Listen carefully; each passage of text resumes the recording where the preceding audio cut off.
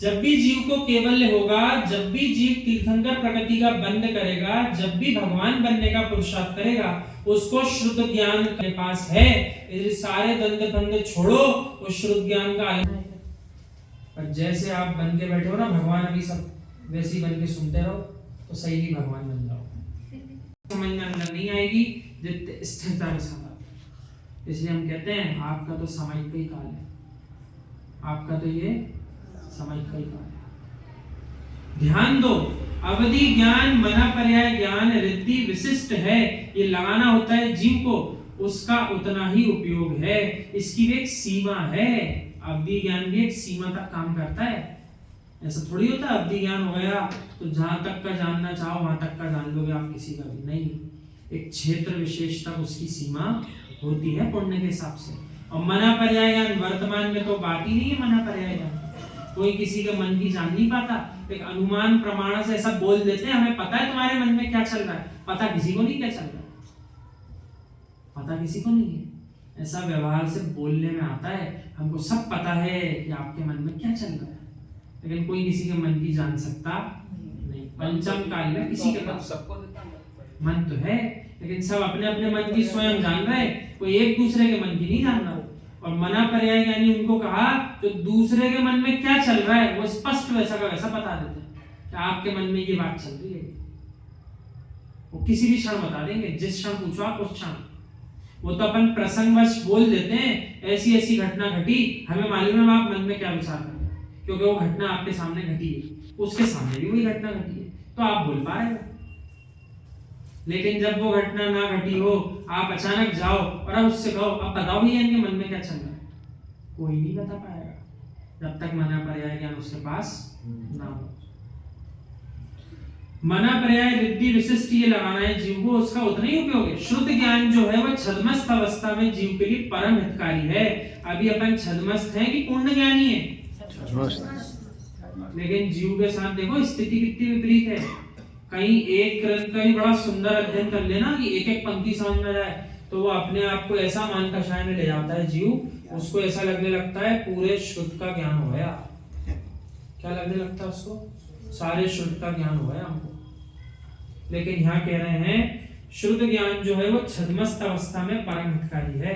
अभी अपन छद्मस्त हैं, अपूर्ण ज्ञान है, लेकिन फिर भी इतना ज्ञान है कि वो पूर्ण ज्ञान प्रकट करा देगा। बात जम रही क्या आपको कि नहीं जम रही? जिनको नहीं जम रही हो जमाना तो पड़ेगी, या तो इस पर्याय में जमाओ चाहे अगली पर्याय में जमाओ। हमसे अभी इतनी मेहनत करवा रहे हो, जमा लो। जो भी आप निर्णय कर रहे हो तत्व का हे उपादेय का बोध वो शुद्ध ज्ञान से कर रहे हो। यानी जो भी आपको हम इतने दिन से सुना रहे कह रहे आप सुनते हो, जहां पर भी उसमें क्या है क्या छोड़ने योग्य है, क्या ग्रहण करने योग्य है, वो सब आप अपने तत्व ज्ञान से, अपने शुद्ध ज्ञान से जानते हो, किसी के कहने से नहीं जानते हो क्या। इसलिए कहा अंतिम अवस्था में ये जो वाणी वर्गणा भी खिल रही ना, ये पौद्गलिक है। शब्द वर्गणा पौद्गलिक है, और पुद्गल में कहाँ क्षमता कि वो आपको पूर्ण ज्ञान प्रकट करा। आप अपने उपादान की योग्यता से इसी शब्द रूपी ज्ञान को जान करके, पकड़ करके, उससे अर्थ निकाल करके, मथनी में मथा सो अंदर से क्या निकला? मक्खन निकला। उसी मक्खन के अंदर से तपाया तो फिर क्या निकला? तो घी पहले दिख रहा था क्या? उस दुग्ध में घी दिख रहा था क्या? नहीं दिख रहा था। पर उस दुग्ध के अंदर घी नहीं था क्या? बस वही काम करना है। शुद्ध ज्ञान तो है, उस शुद्ध ज्ञान को पकड़ो, उस शुद्ध ज्ञान को पकड़ो, उस शुद्ध ज्ञान की धारा से पकड़ के, उस धारा को पकड़ के उस पूर्ण ज्ञान के पास पहुंच जाओ, जिसका नाम है केवल ज्ञान। जो जगत में सबको जानने की इच्छा रखता है वो केवल ज्ञानी नहीं बन पाएगा, और जो स्वयं को जानने की क्षमता रखता है, स्वयं को जान लेता है, वो तीनों लोक के सारे पदार्थों को जान लेता है, वही तो केवल ज्ञान। जो किसी को नहीं जानना चाहता, मात्र स्वयं को जानना चाहता है, वही केवल ज्ञानी बनता है। और जो अभी तीनों लोक के पदार्थ को जानने की इच्छा रख रहा है, इसको जान लूं, इसको भी जान लूं, ये मेरा बना लूं, इसको अपना बना लूं, उसको कभी केवल ज्ञान नहीं हो पाएगा जब तक ऐसा करेगा। ठीक है ना?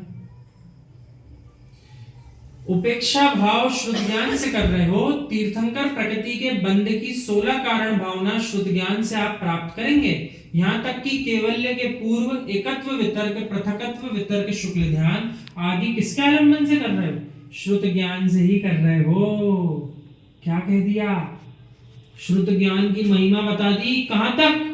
केवल ज्ञान प्रकट होने के पहले तक जो एकत्व वितर्क, पृथक वितर्क, शुक्ल ध्यान चल रहा है वो भी किसके माध्यम से चल रहा है? अभी केवल ज्ञान थोड़ी हुआ है, होने वाला है। तो